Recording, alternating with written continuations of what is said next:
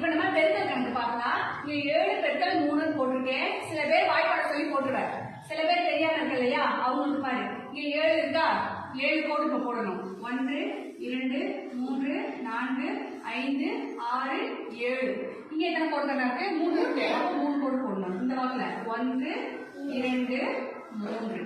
இப்ப இதை நான் என்ன பண்றேன், டாட் பண்றேன். 1 2 3 4 5 6 7 8 9 10 11 12 13 14 15 16 17 18 19 20 21 21 இருக்கா?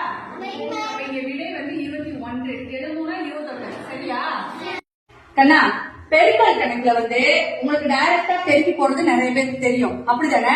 இல்ல பெருக்கல்ல சில பிரச்சனைகள் இருக்குது, பெருக்க வரமாட்டேங்குது. உங்களுக்கு என்ன மாதிரி சொல்லிட்டு இங்க 23. அப்ப 2க்கு நம்ம எத்தனை கோடு போடுறோம்? 2 கோடு. 3க்கு 1 2 3. 4க்கு 1 2 3 4. இப்ப நீங்களே கூட்டுங்க. 4 5 6 7 8 9 10 12 2 மிச்சம் 1 1 2 3 4 5 6 7 8 9. அப்ப விடை என்னது? 92. இது ஒண்ணு இடியாப்ப சிக்கல் கிடையாது, சரியா? இது வந்து குழந்தைங்க வந்து ரொம்ப ஈஸியா போட்டுருவாங்க. 3 இலக்கங்கள்ல கோடு போட்டு எப்படி பெருக்கல் செய்யறதுன்னு பார்க்கலாம். இப்ப இங்க 1 இருக்கா, அப்போ ஒரு கோடு மட்டும் போட்டுக்கோங்க.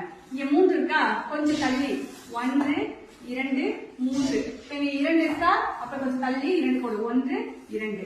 இப்ப இங்க 3 இருக்கா, இப்ப இத படுக்கை கோடு வாக்குல 3 கோடு 1 2 3. இப்ப கவுண்ட் பண்ணுங்க. 1 2 3 4 5 6 6. 1 2 3 4 5 6 7 8 9. 1 2 3 96 விடை கண்ணா. 2 பக்கமுமே ஈர் இலக்கங்கள் வந்ததுன்னா எப்படி பெருக்குவதுன்னு பார்க்கலாம்.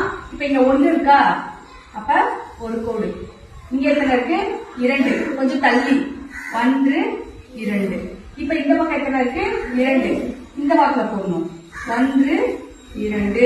இங்க எத்தனை இருக்கு? 4. கொஞ்சம் தள்ளி 1 2 3 4. இப்ப இந்த பக்கம் இருக்கிறத தனியாவும் இந்த பக்கம் இருக்கிறத தனியாவும் நம்ம எடுத்துக்கணும், சரியா?